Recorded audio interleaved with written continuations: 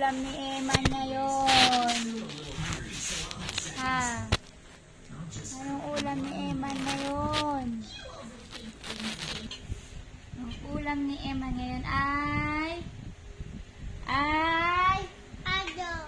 hotdog. Tuwang-tuwa siya. Bakit tuwang-tuwa si Eman? Bakit tuwang-tuwa si Eman? Bakit? Bakit? Sarap may hotdog?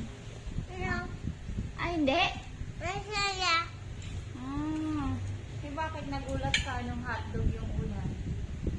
Hindi ako nagulat. Nagulat ikaw. Ako yung nagulat? Hindi ko naman nasabi. Hindi.